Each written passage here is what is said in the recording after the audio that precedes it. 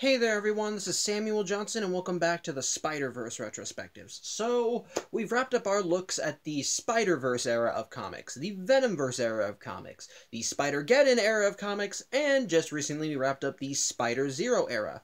So today, we are going to enter what I call the finale era. Emphasis on the air quotes in finale. I call this the finale era because the stories that are centered, this era centers around, are centered around, all have to do with, well, endings, finales, basically conclusions to the stories. Although, they're also not really conclusions. At the time that I'm doing this video, Marvel has already announced that they plan to do another Spider-Verse themed comic. In fact, this February, they're going to be releasing another Edge of Spider-Verse miniseries that's supposed to lead into that. So, this isn't really the end per se, but considering that both stories that are center stage for this era are meant to be about like endings and so forth, I figured why not still keep that. And yes, I am saying stories. Much like the Spider-Zero era, the finale era is centered around stories that are well, about endings. And I was originally just going to have this be centered on one of them, but shortly after the first story, namely the Spider-Verse side of things, was announced, another story was announced that kind of followed a similar theme. Only whereas this one focused on Spider-Verse, that one focused on Venomverse. So this is kind of a twofer, as both of these stories are kind of connected via that one central theme. So I figure, why not just pile them all together? So that's where we are. Basically, for this era, we're going to be focusing on those two specific stories. And like with the previous eras, we're going to be looking at all the related comics of them. Lead-in material, potential tie-ins, if there are any, which, spoilers, there are not. But basically, it's going to follow the same theme. And of course, before we actually get to the first of these stories, we do need to look at the proper lead-in. And, well, the first story is about, well, the end of the Spider-Verse, which, yeah, was basically meant to be a storyline that was told in the pages of Spider-Man, and to make it better, the story was written by Dan Slott, who wrote the original Spider-Verse storyline in Amazing Spider-Man. So, in a way, this does feel like it's kind of coming full circle, especially if it's called End of the Spider-Verse. You expect that to be a proper finale, so, of course, you kind of want to see where things are going to go, but it's still a Spider-Verse storyline, and so, of course, much like any good big storyline,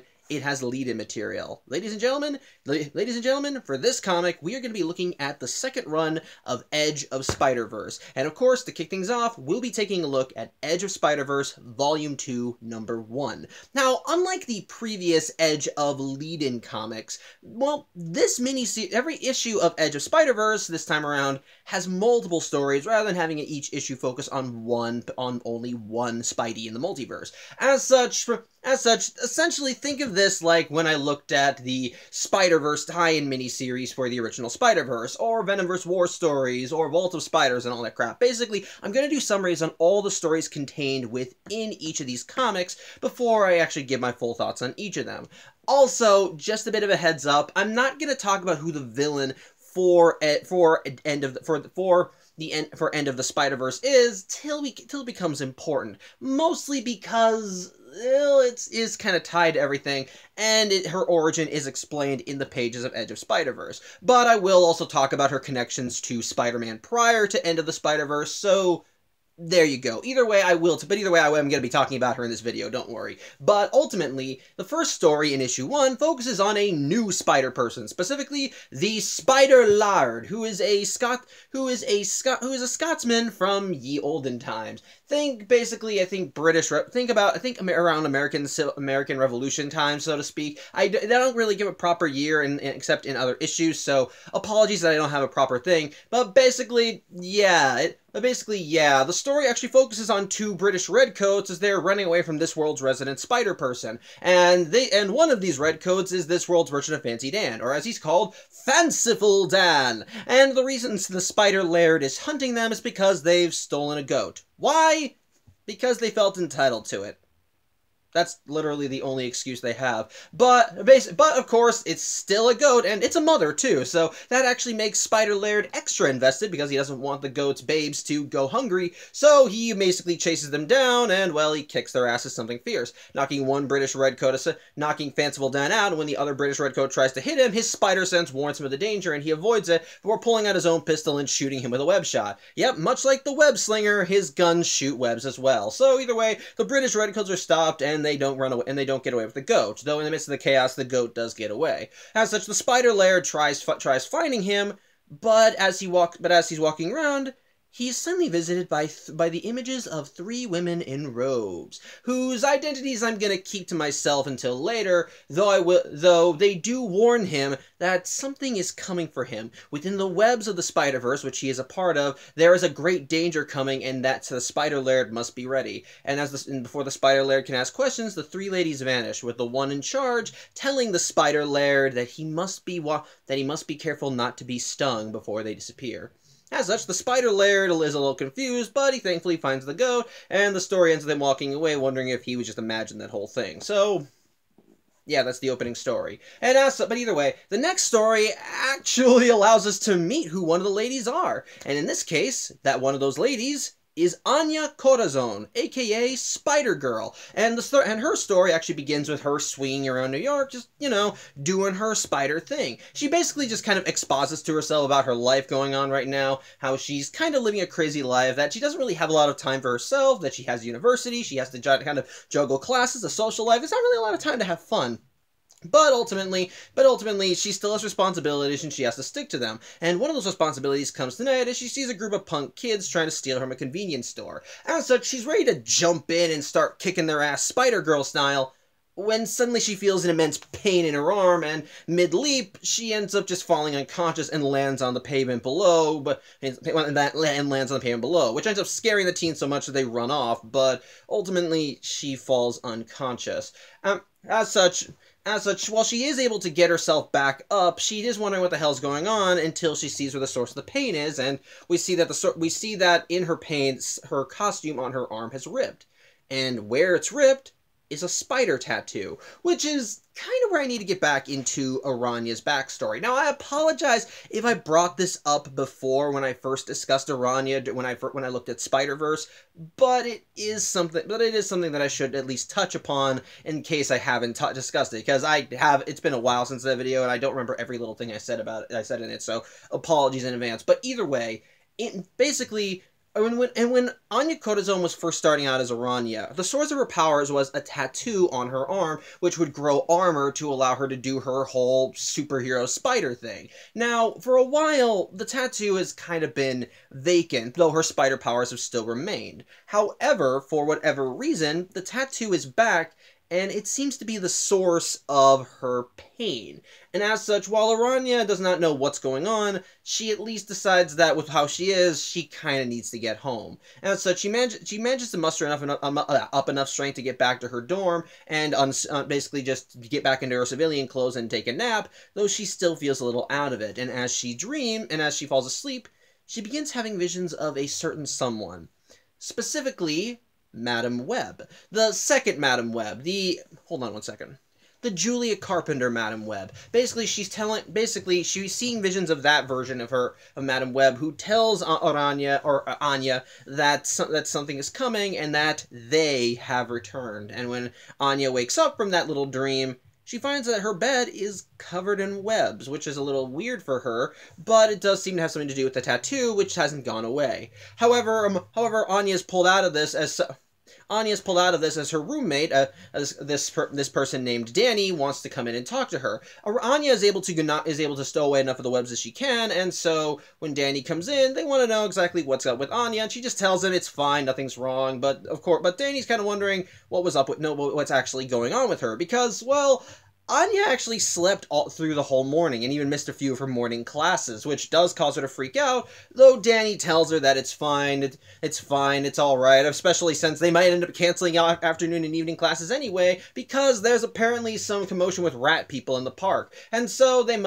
might not be anything important going on for a while. Danny, of course, talks about how they hope that this doesn't get in the way of a Metalhead concert that they want to go to later that day, but ultimately, they decide to just roll with it and try and accept the good where they can. So, no classes. But either way, despite the pain in Anya's arm, she does realize rat people in the park, kind of a big deal. As such, she ends up suiting back up in her Spider-Girl jammies, though the arm is still ripped, but she has to work with it, and she swings out to the park, and sure enough, there is an army of what looks like rat people attacking the civilians, though each of them are armed with these strange guns that they try to stick into people. Thankfully, Anya swings in and manages to knock a few of them aside and rescue any civilians rescue all the civilians in the park, though as she's kicking their ass, she does see that there's at least one lead rat man who's not going nuts and even seems to be wearing some weird necklace on him. However, before she can actually do anything to that guy, the pain comes back and it causes her to pass out right in the middle of the rat man.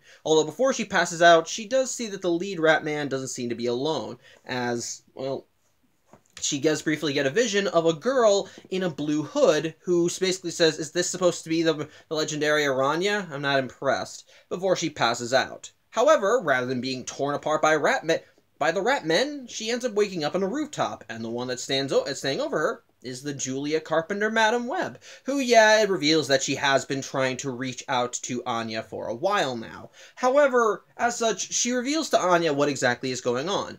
Basically, the reason why Anya's tattoo has returned and she's been experiencing pains, her powers are evolving. Specifically, they're kind of becoming a much more powerful version of what they were originally. Basically going back to their mystical totem roots and all that crap. And basically the pains are a side effect of her body trying to adapt to a change that it's not prepared for. So basically, until her powers come in full, she's gonna keep experiencing pains like that, and she can't really do anything about it. But either way, Madam Web reveals that there's a reason why Anya is having these reactions, as well as kind of explaining that woman that Anya saw in the park. Basically, well, this is kind of a side effect of what's going on with End of the Spider-Verse. So, the big bad for End of the Spider-Verse is a spider-wasp god by the name of Shathra. Which, basically, what she is what exactly I said. She's a spider-wasp god who for whatever reason, seems intent on hunting spider people. Not like the Inheritors did. Like the Inheritors went from world to world and just siphoned out the life force of any spider totems they could. Shathra has a more intimate relationship to them, and she uses that connection to try and basically attack any Spidey that she can find and hit them at the heart, because the thing is, like I said, she has appeared in the Marvel Universe before. Except in both times, she's kind of duked it out with different spider people. The first time, she wound up duking it out with Spider-Man when he was bonded to the other, and it was only by using the powers of the other that Peter was able to fend her off. Whereas the second time that Shathra returned, she wound up duking it out with Kane Parker when he was still starting out as the Scarlet Spider, and if you remember well, for a while Kane was bonded to the other as well, but whereas Peter was able to fight her to a standstill and get her to retreat, Kane just fucking killed her, because it's Kane, and she's nuts. But either way, Shathra is basically like a temptress and that sort of thing, but she is very much ruthless, and yes, somehow, she's returned. We'll again explain why in a later issue of Edge of Spider-Verse. But either way, her return is actually kind of signaling her worshippers to, get everything back up and running. And her worshippers is a cult by the name of the Sisterhood of the Wasp. People that are basically clashed with this spider brotherhood that Aranya used to be a part of, and basically with Shathra's return, they've decided to try and get more members, which is where the woman that Anya saw earlier comes in. Her name is, I think it's Delilah, but let me confirm that. Her name, let me see, I need to figure it out. Yeah, it's Delilah. Basically, she's the new hunter for the Sisterhood of the Wasp, and, well, she's just ready to get as many recruits as possible, which is where the Rat Men came in. The guns they held were supposed to be able to convert people to worshipping in the cult of the Wasp, and they're basically just trying to build up their numbers as quickly as possible, with Delilah kind of overcompensating because she's very much new at this and really has no idea what the job entails. So as such, if they want to stop the Sisterhood of the Wasp from gathering new members, they need to act as quickly as possible.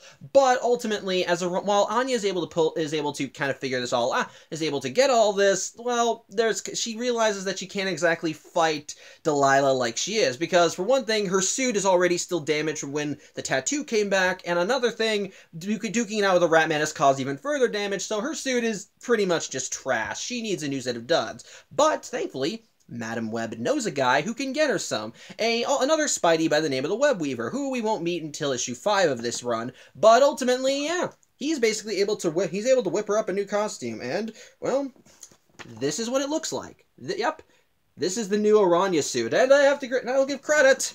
Web Weaver knows his stuff. It honestly is a really cool costume. As Anya says, it kind of mixes the retro with the chic and basically just makes something entirely new that I think she pulls off. Having enough elements of the original Aranya costume while still kind of being its own thing. Again, dig it. But yeah, with this costume, Anya is now back to being Aranya, and so she basically has to go out and find Delilah before she can make new converts. And thankfully, she knows where Delilah's going to hit. As Madam Web said that it had visions of like people swaying and dancing and bobbing to something, and so Anya remembered that her roommate Danny said that they were going to a Metalhead concert that evening.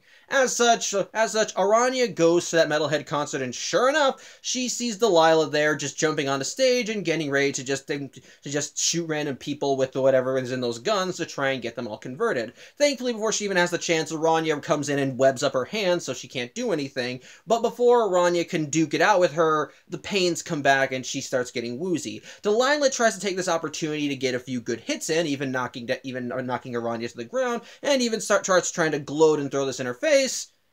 But then Anya starts smiling. Why?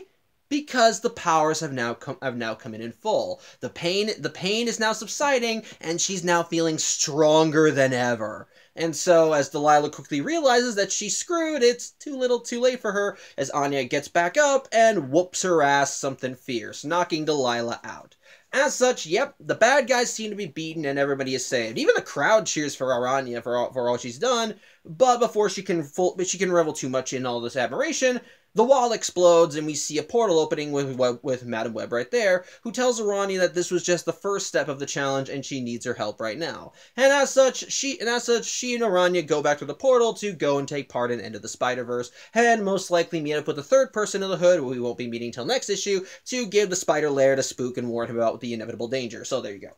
But anyway, with that out of the way, we move on to the third story. This one about, once again, another new Spidey, the Spider-Rex. And it's kind of a dumb story, but it's fully aware that it's a dumb story.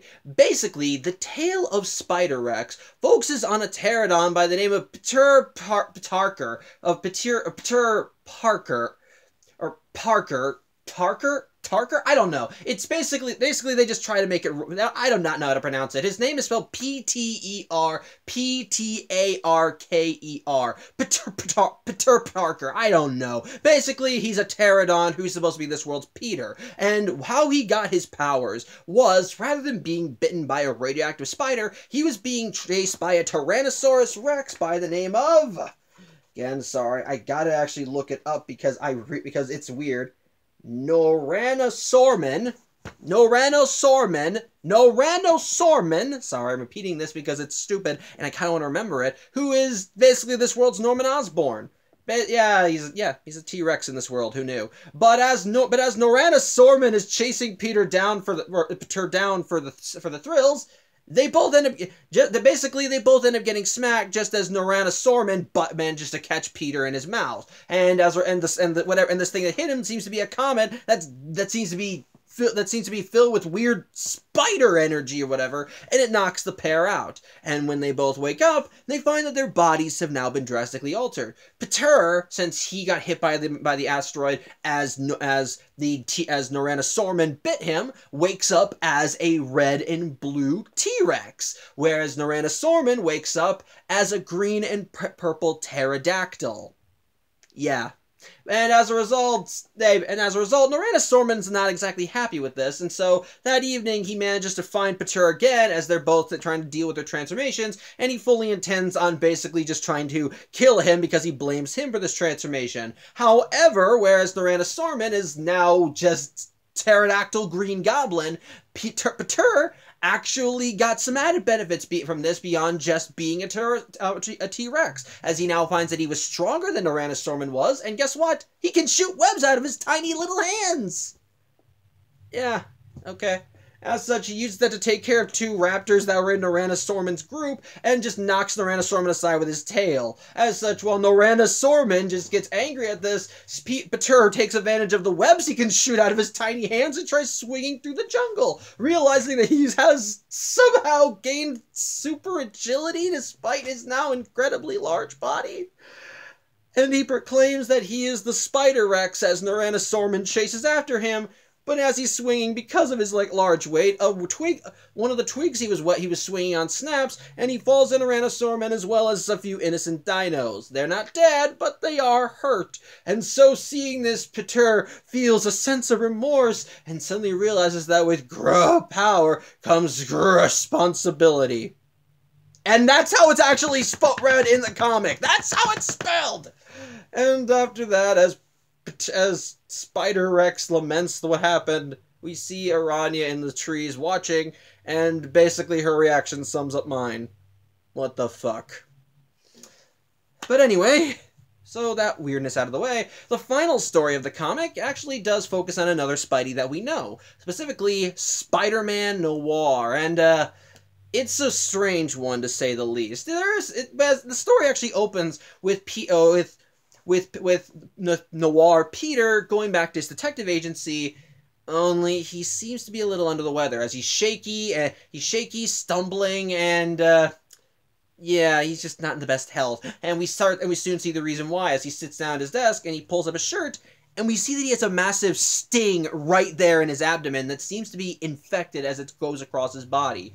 As such, as Peter is struggling with everything, and after he downs a thing of booze, he ends up taking out a pen and paper and begins writing something down. Specifically, something to Mary Jane. And basically, it's just meant to be a confession of what's going on and what led up to this. And so from there, we learn the backstory. And if I can get one thing out of the way, This comic has a bit of a continuity hiccup when it comes to Spider-Man Noir. If you remember when I talked about Spider-Geddon, in the Spider-Gwen tie-ins to that story, well, Gwen went to the Noir universe and told Aunt May and Mary Jane that Peter was Spider-Man and that he had died in battle. Now, ultimately, that died in battle thing became redundant since during the last Spider-Verse miniseries, Peter was revived and was able to resume his duties as Spider-Man. And in the following miniseries that came out after that, it did showcase that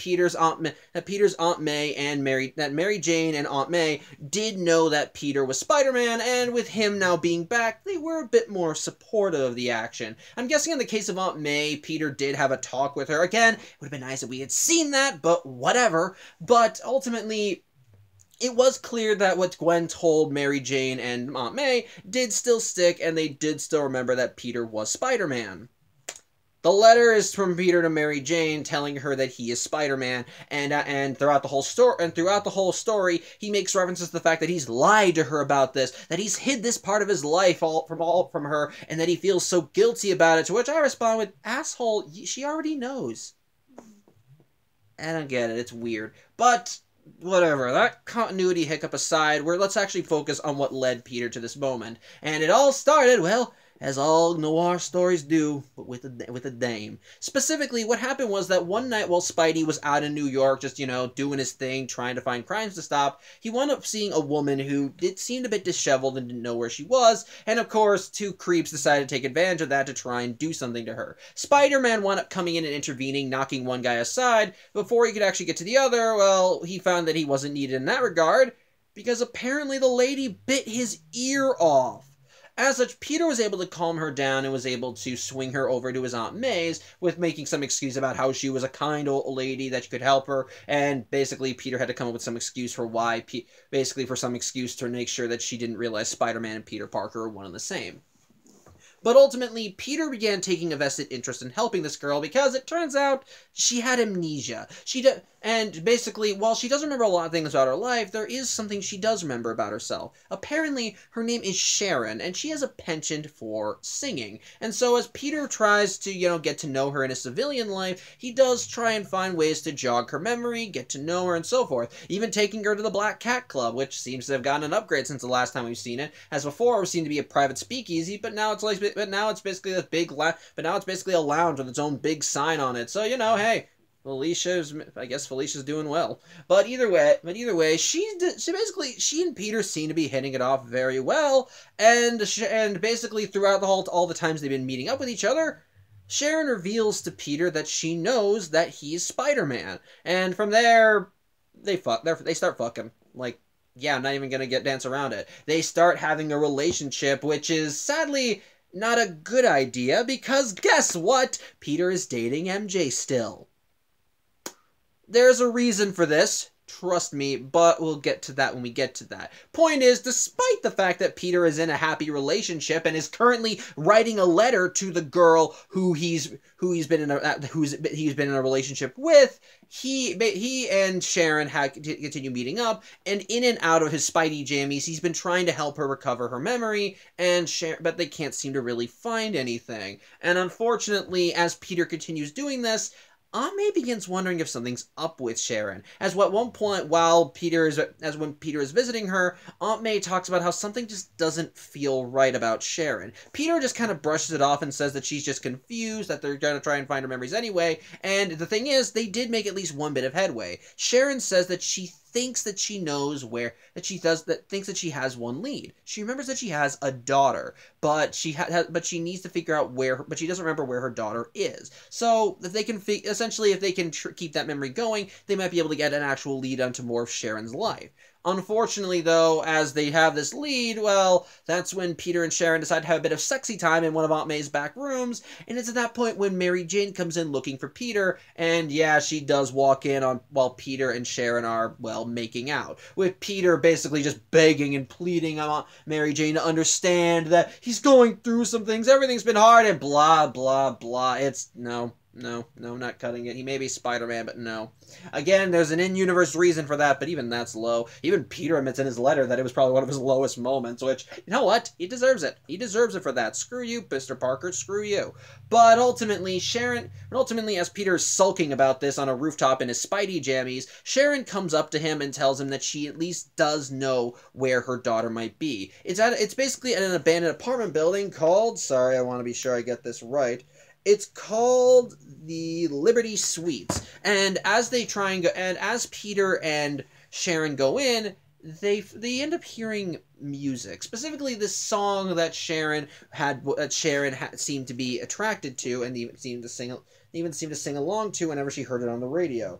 The song was called "Will You Be My Lovey-Dovey," and basically it continues just playing on this old record that just seems to be going off on its own. And so as Peter and Sharon approach it, Sharon runs into a room with a light on and says that her daughter is in there. She ushers Peter in to meet her daughter, and when Peter goes through, we find that Sharon's daughter is a bit of a looker. She's a giant wasp! And yeah, when Peter finds her, we see that Sharon is not exactly looking as scared as Peter is. In fact, in the panel where he sees the giant wasp, you can see her on the side, just a little cut off by the edge of the panel, smiling evilly at Spider-Man. At which point, her facade fades, and we soon learn who Sharon really is. She's Shathra!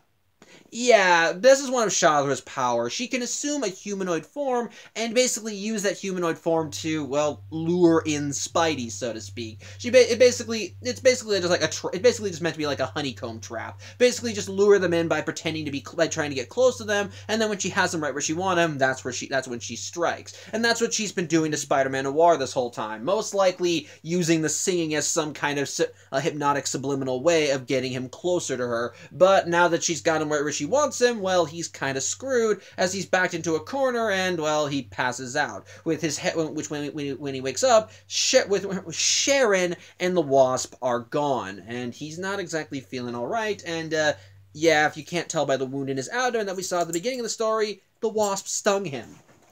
Sorry, Chinny came in.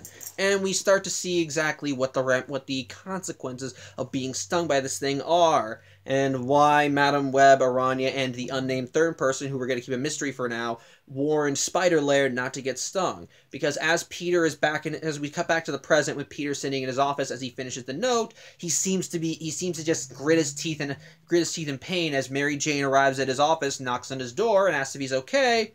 And soon the look of pain disappears.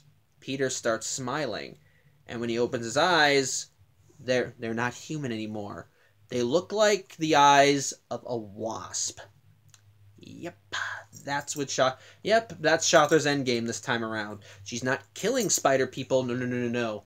She's transforming them from spider totems into her own personal army of wasp totems. And thus, that's where the story, and by extension, the comic, ends. So, my thoughts on each individual story. Firstly, the Spider-Laird story. It's a story. It's not an awful story, but it's just really a story. It's just really there to set up the Spider-Laird. There's no real... It's basically just him going in, kicking the asses of two bad guys, being warned, hey, watch out for wasps, and then he goes on his way. That's really just it. And okay, it does well in establishing everything, but it's really nothing else beyond that. It's just there to help showcase this is another Spidey in the multiverse who we can focus on again if we wanted to. Which, to be fair, it is a kind of cool premise. We've already had certain time-displaced Spideys before, but, well, this one looked kind of cool, especially since he does kind of seem to be a bit more... Especially since I kind of dig his whole look. In fact, let me see if I can find a good shot of him in this comic. Yeah, this is the Spider-Laird. Again, he kind of has a nice little bit of a swashbuckling look to him, especially since his kilt and the beard giving him a distinct Scotsman look, which he's supposed to be Scottish, so whatever. But again, it's just there. The story is not bad by any means. It's pretty cool. It's pretty cool and fun to see him kicking ass, but again, there's really nothing else to it beyond just, setting up that this is another Spidey in the multiverse. So, yeah, that's really all I can say. However, with the Aranya story, I will say, it's actually a pretty good story. Well, here's the thing. While I don't keep up with the affairs of Anya Corazon beyond her original Aranya series and how and her constant ties to everything Spider-Verse related, I will say I think the comic does a good job at essentially establishing what the hell is going on. Though I will say that that if you aren't too familiar with her continuity, you might be lost in some areas, but I think they kind of establish enough about the story to at least let you know what's going on. As when they talk about the Sisterhood of the Wasp, you can at least get the idea of, okay, these people are important, and the only real thing that kind of makes me scratch my head is when they talk about Shathra's return, as if you're supposed to know who she is already. Which, again, unless you've read the previous Spider-Man stories where Shathra appears, you wouldn't know anything about her. Hell, I didn't know anything about her prior to reading this story, much like with the Inheritors. I had to look up about the stuff with her that she appeared in previously, and even then, I'm pretty sure I might have gotten some details wrong. I got some details wrong with Moreland before, so maybe I got some stuff wrong with her. But either way, I at least know enough to know that she did appear in the Marvel Universe twice before, and in her second appearance, she was killed by Kane Parker. So, again, it's one of those things where that may be a little iffy, but the story But the story on a whole is just there to help establish Anya and showcase her role in the story. And again, it's not a bad one. It maybe can be held back a little by the comic expecting you to know a lot more about Anya's continuity than you could than a basic just regular average reader would know. But I will still give credit that even without all that stuff, while you will maybe be a little confused, especially when they talk about the Sisterhood of the Wasp or Shathra, you can at least understand enough to know the basic gist. That somehow Anya's powers are changing, it's having an actual physical effect on her, and basically if she wants to be able to face the oncoming threat, then she needs to kind of adapt to these powers as quickly as possible. It's essentially there to help reestablish her as Aranya, get her back into the groove, and kind of establish her new quote-unquote status quo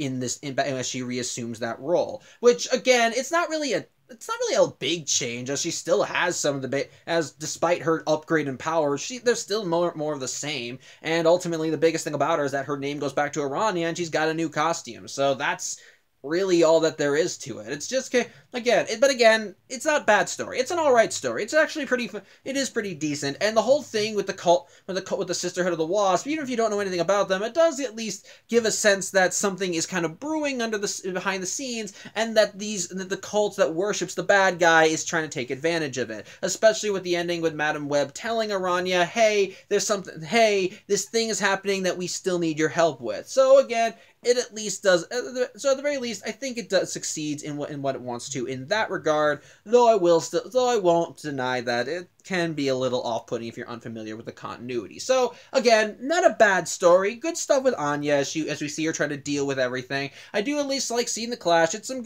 nice, fun superhero action, but overall, it's just a decent story. Decent to alright. So again, it's fun enough, though again the lack of knowing the continuity might hold it back. As for the Spider-Rex story, the fuck did I just read? That's really the best way I can describe it. The fuck did I read? The Spider-Rex story is just, I don't know. It's clear that the writers behind this particular story knew that it was stupid. Like, how can it not be stupid? The premise is that it's a T-Rex who is also his world's resident Spider-Man. That's kind of dumb. And the story fully knows it's dumb. And it rolls with it. It embraces it. And at no point do you get the sense that they're trying to make the fact that there is a T-Rex with Spider-Man's powers seriously at all. His fucking origin is that he was a pterodactyl who at the same time he got bit by a T-Rex, got hit by a spider meteorite that physically altered the appearance of him and the T-Rex, turning the T-Rex into a green and purple pterodactyl who was essentially that world's Green Goblin, while the pterodactyl turned into a red and blue T-Rex with spider powers, which... what?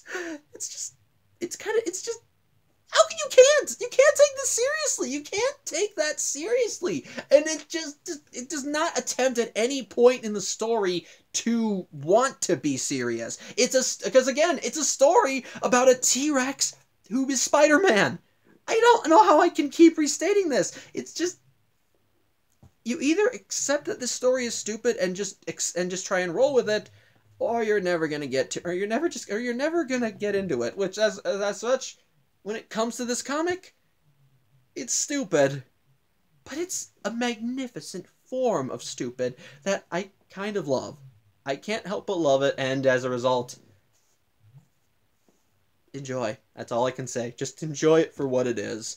But so yeah.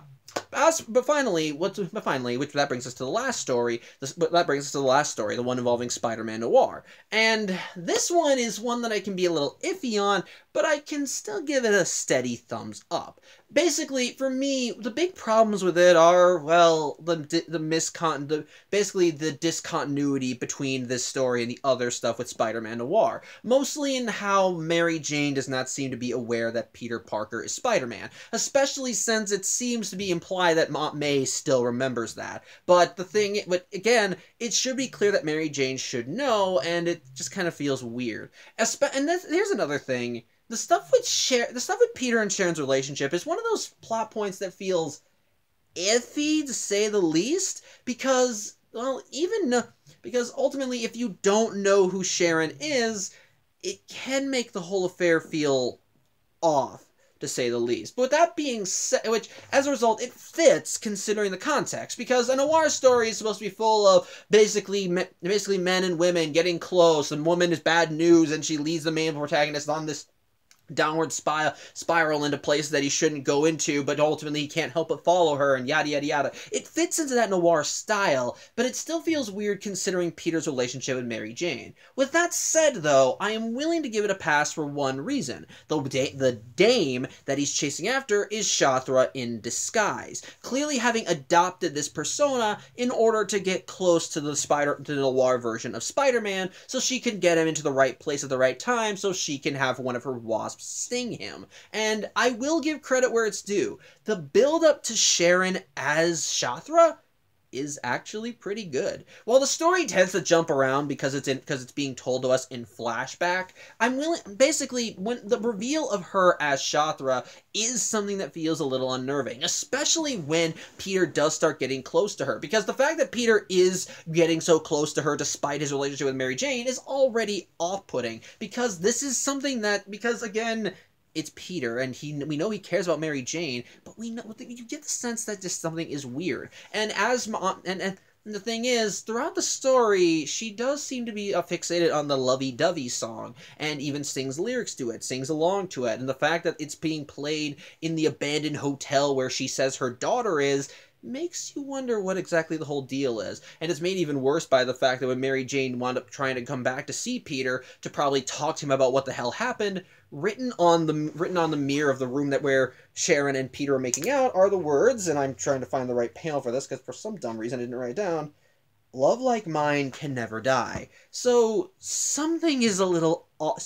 So despite what Sharon says, you can tell that something's a bit off about her, as if she's hiding something. And it's made even worse by the fact that as the story goes along and we see Peter continue to be intertwined with her, you really get a somewhat threatening vibe with her. Especially when we see Peter kind of brooding on a rooftop, and as he's just kind of thinking things over, in the background you can see her silhouette as she's there. And when she finally says something to Peter, even he's like, wait, how'd you get up here? Something is clearly not right about her, and the final part of the story definitely makes it clear that there is more to her than meets the eye, especially as she and Peter are skulking throughout the hotel, with one of the last things we saw before they got there being Mary Jane seeing the message written on lipstick in the mirror of the Parker home. And so sure enough, as they continue stalking around, we can hear the song that Sharon likes, and then she keeps saying, "She's here, Peter, I know she is," before running him into a room. It all has a great payoff as we see the wasp there on the bed, and Sharon just smiling this sinister smile at Peter before she assumes her true form of Shathra. And from there, it's made even better as we cut back to the present, and we see what the sting actually does to people that are hit by it, as we see Spider-Man Noir become a wasp totem. It's legit creepy, and I love the sense of dread throughout the story, of anticipation, of tension, and it all is encapsulated by the fact by the story's end, as we see Peter convulsing on his desk and just kind of clutching in pain as the wasp sting takes full effect. Mary Jane banging on his door, wanting to talk to him, and he just smiles, a creepy smile as his eyes glaze over and look like a wasp's eyes. It's really creepy, and I dig it. It works, and it helps really establish just what threat the Spideys are specifically facing now that we've actually seen the enemy and seen exactly what she's doing, especially since this does kind of explain why why Madam Web, Aranya, and again, unnamed third lady, who we won't be discussing until later, all told Spider Lair to not get stung, because now we're seeing what getting stung does, and it's not pretty. And now that we see what the enemy can do, how they're able to lure the Spideys in, it can put you even more on edge. And this also does kind of a dual purpose, because this does also showcases again that any Spider person could be next, because, well, we see Spider-Man Noir go. And like I said, one of the things I didn't like about Spider-Geddon was how he was one of the first Spideys killed. And I thought it was dumb considering how much attention he's gotten. So it makes sense why, and of course, with all that attention, it makes sense to include him in the next Spider-Verse related event. But with that being said, by showing him being one of the first people to be converted, it does help establish that, once again, no Spidey is safe. Shatra is going to try and hit them all, and the fact that Spider-Man Noir was one of the first targets we've seen infected, definitely a tone setter, and it's creepy as we see what the transformation does. I dig it, I love it, and it's...